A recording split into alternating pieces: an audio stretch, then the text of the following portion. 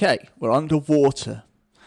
There's a spaceship on the floor. Seems to have been left so desolate. Starbug lands close to it. Mr. Rimmer, sir, we've located the black box terminal. You should be getting something now. We're inside Starbug. Rimmer is talking to the others over the radio. Confirmed.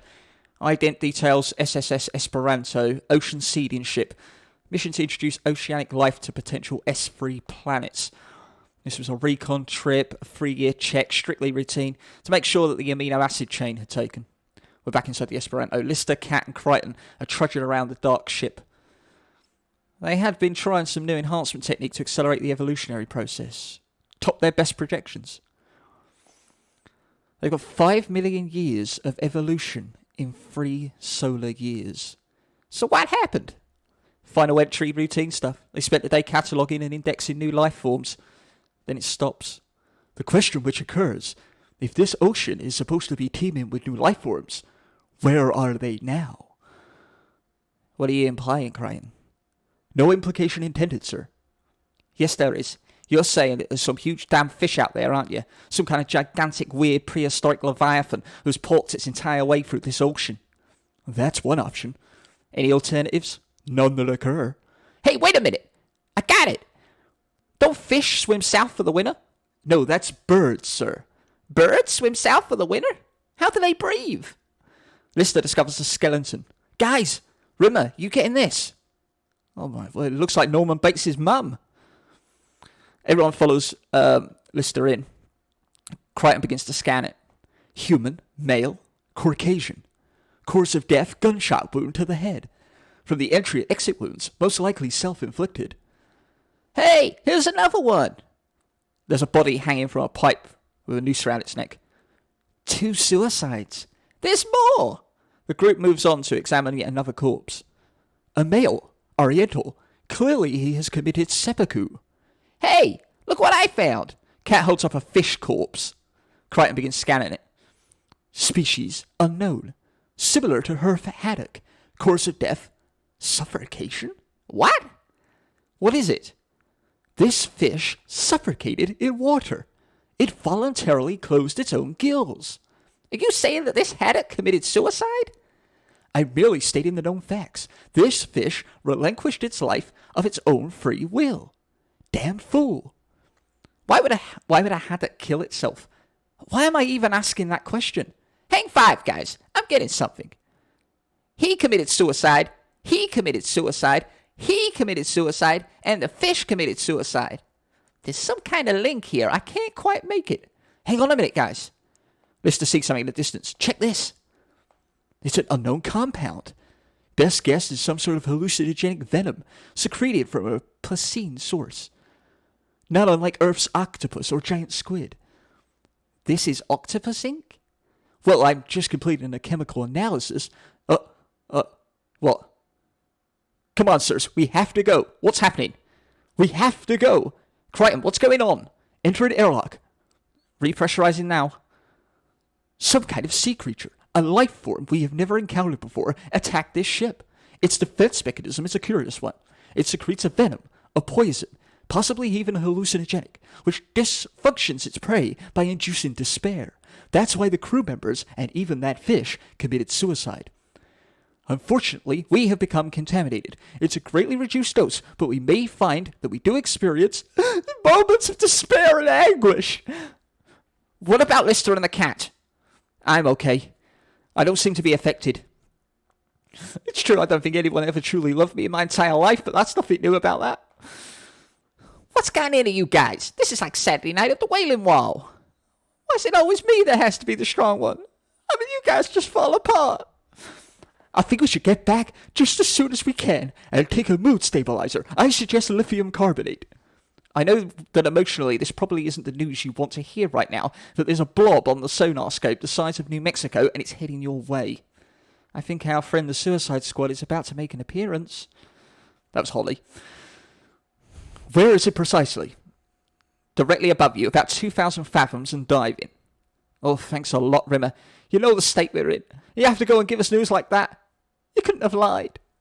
I was lying. It's only 1,000 fathoms. We're entering Starbug's airlock now. We see the blob moving closer on the radar. Lister and Kat are using breathing masks to take the carbonate. What's it doing? It's trying to figure out what we are. Cut the power. He does. This venom, are we safe in here? It's penetrated the hull of a Class D Space Corps seeding ship. In comparison, we're a sardine tin. It's moving. Where? Down. Speed? 15 knots, 16, 18. It's diving. Course? Collision. Do we move or stay? 25 knots, 35, 50. It's coming straight for us. There are only three alternatives. It thinks we're either a threat, food, or a mate. It's going to either kill us, eat us, or hump us. We can either persuade it that we're not that sort of oceanic salvage vessel, or we scarper pronto. To be diddled by a giant squid on the first date? Think how we'd feel in the morning. Okay, we're going to try and outrun it. Holly, hit the power and give me manual. Starbug lifts off from the ocean bed and starts to move off as quickly as it can. The spare squid is in hot pursuit. Change bearing 105. There's some natural caverns about 3 clicks away. It might give us some cover. That's a yo, Holly. New course in. They're approaching the underwater caverns when the creature catches up with them, driving them down into the ground. It's hit us! Look out! The impact hard on a ridge and Starbug explodes. To which we get a computer readout, which reads, Game over. Red Dwarf, score 4%. Machine 16. For the last 4 years, you have been engaged in the total immersion video game, Red Dwarf. We're in this big game room. It's big machines with everyone wired in, almost like in cryo chambers. Oxygen masks and stuff like that over their faces. They begin to come around. As with all role-playing adventures, you will experience a certain amount of disorientation on leaving the game. It will be several minutes before your real-life memories return. So in the meantime, please disengage the gameplay machinery and relax until an attendant is free to answer any of your questions. On behalf of Leisure World International, may we be the first to say, welcome back to reality. The masks lift up and allow the group to get out of their chairs.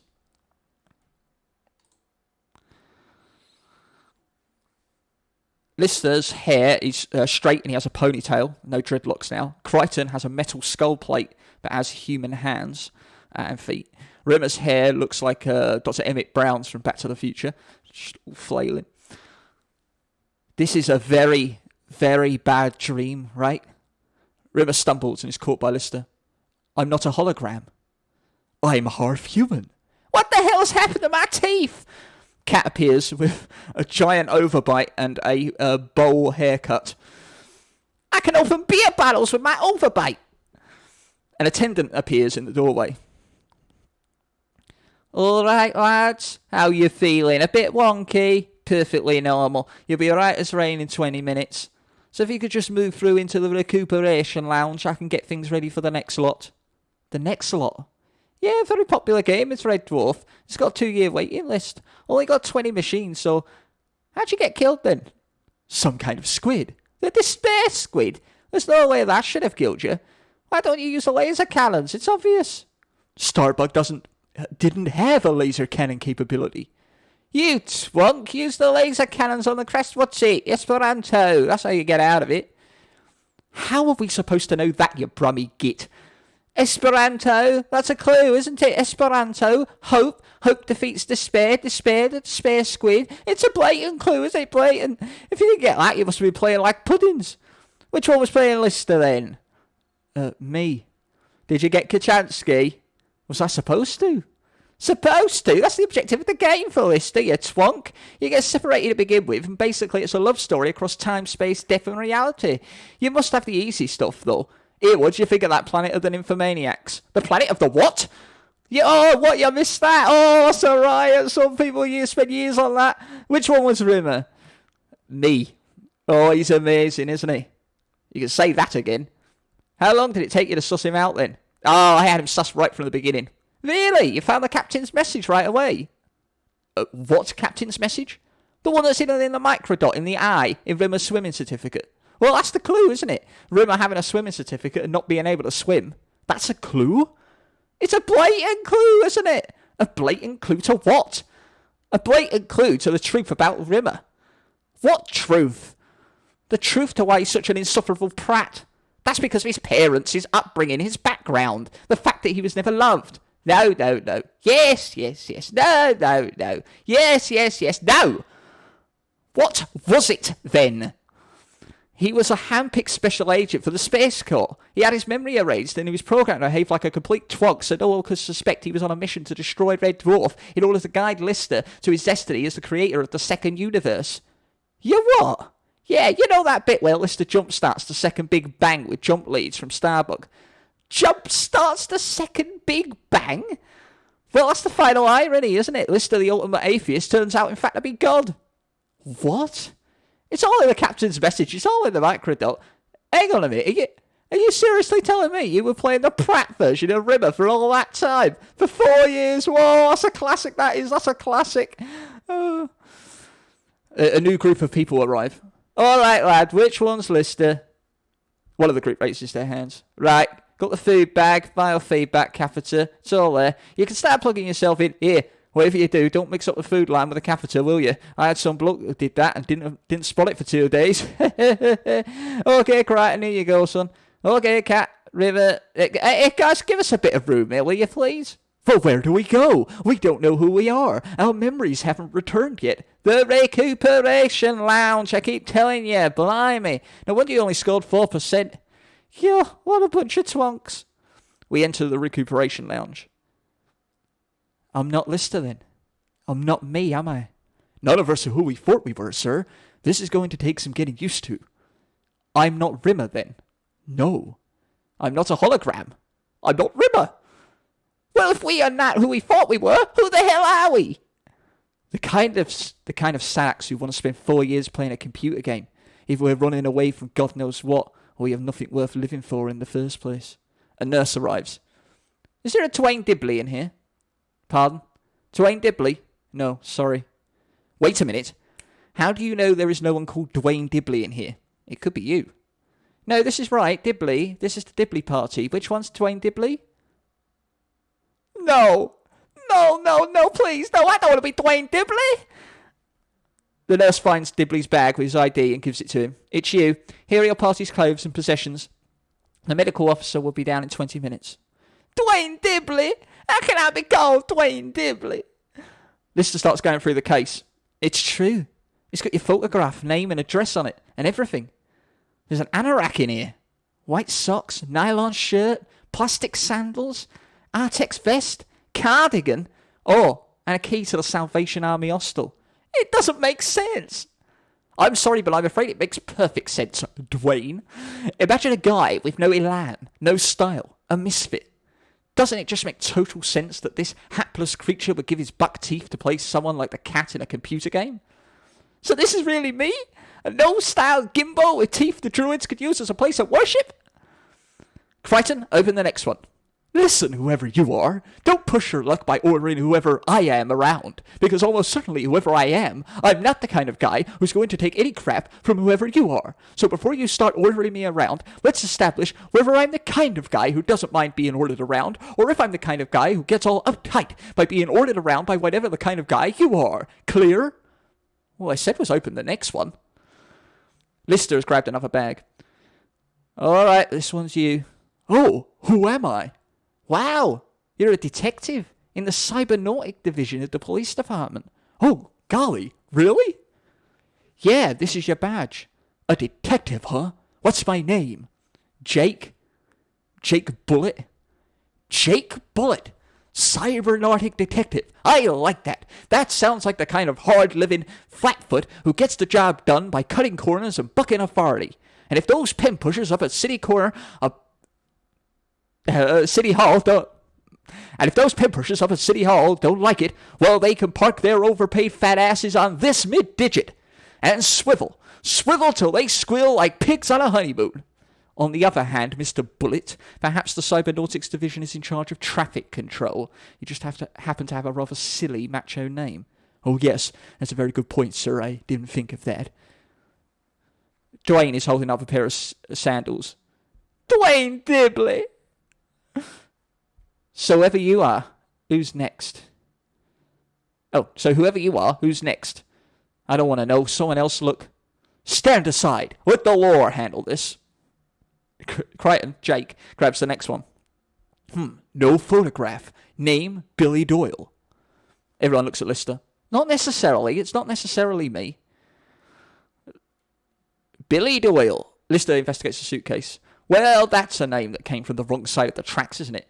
You can see it all now. A youth spends in and out of corrective institutions. A string of illegitimate children. The wife will be all white shoes, no tights and blotchy legs. Has to take up petty crime to cover the court orders for maintenance. Before he knows it, he's standing in a bank with a sawn-off shotgun. Somehow it goes off, and an old lady gets both barrels through a crocheted bubble hat. All he can do is hide. But where? And then it hits him. With all his ill-gotten gains, he can buy 4 years in a computer game and wait until the heat's off. So ends the ballad of Billy Granny Killer Doyle. It's yours. What? It's yours, Bill. No. Check the ugly mug on the ID then, man. William Doyle. William Doyle. Good old Bill Doyle. You know, they sound like a hell of a good name to me. Probably connected with the Boston Doyles. Old money, blue chip stock. You know, I think it's all starting to come back to me now.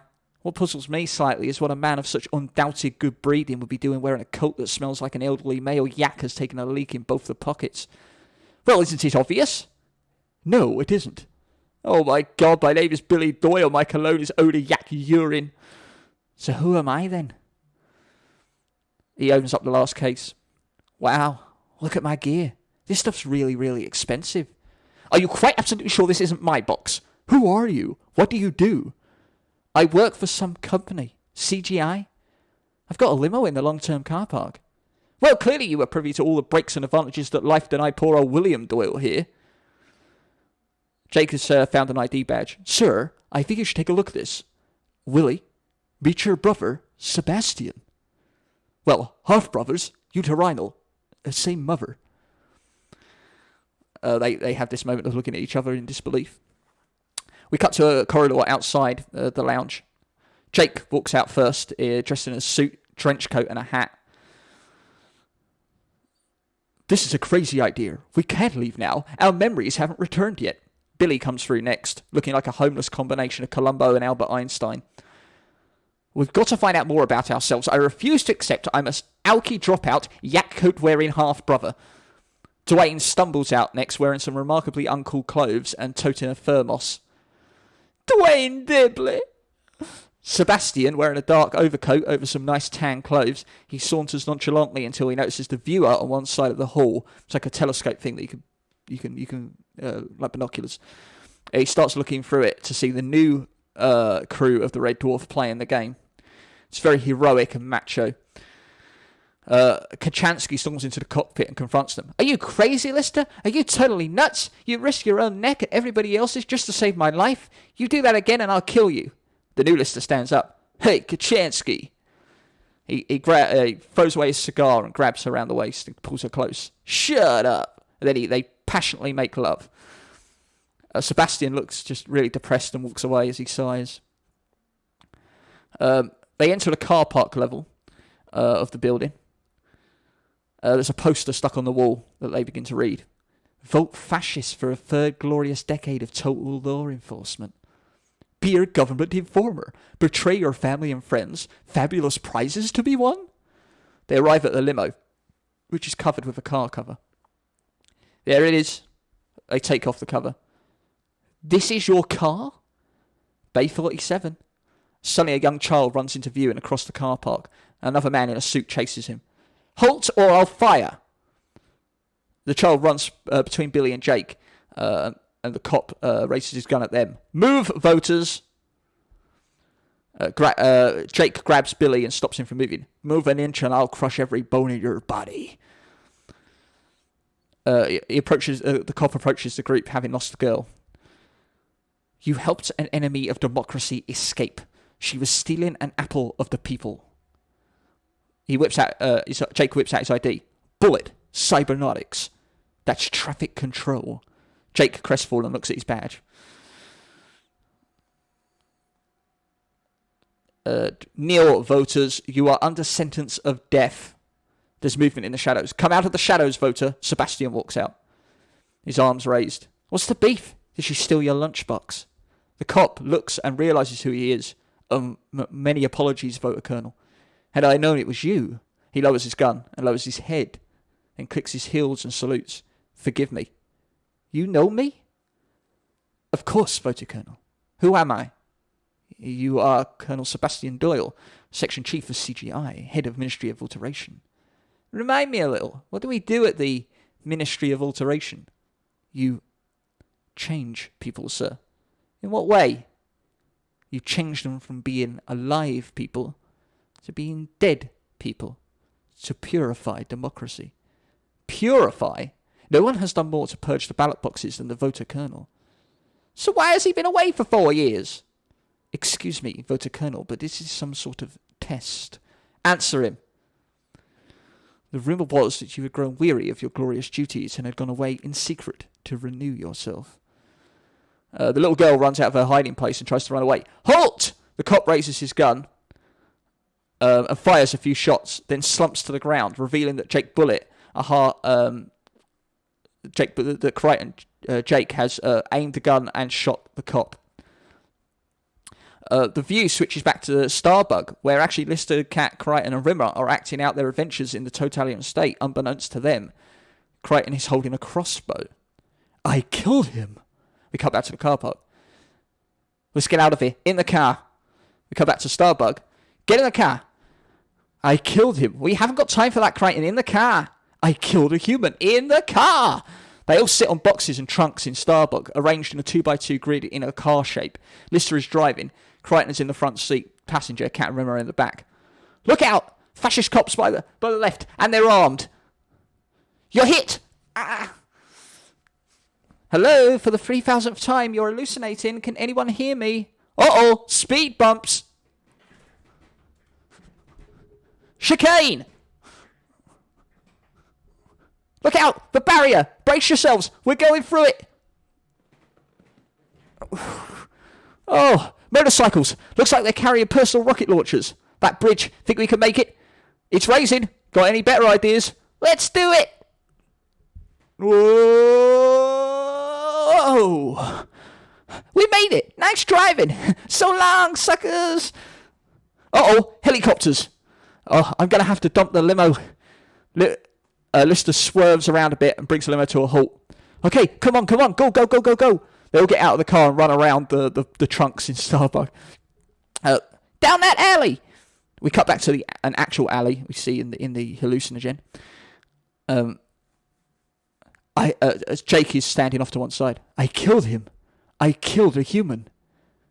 Jake puts the gun to his head and pulls the trigger. It doesn't go off. Damn. What are you doing?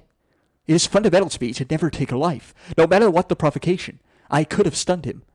I killed him. I must terminate myself. Jake ejects the clip from the gun, examines it and reinserts it. He kicks a bullet into the chamber.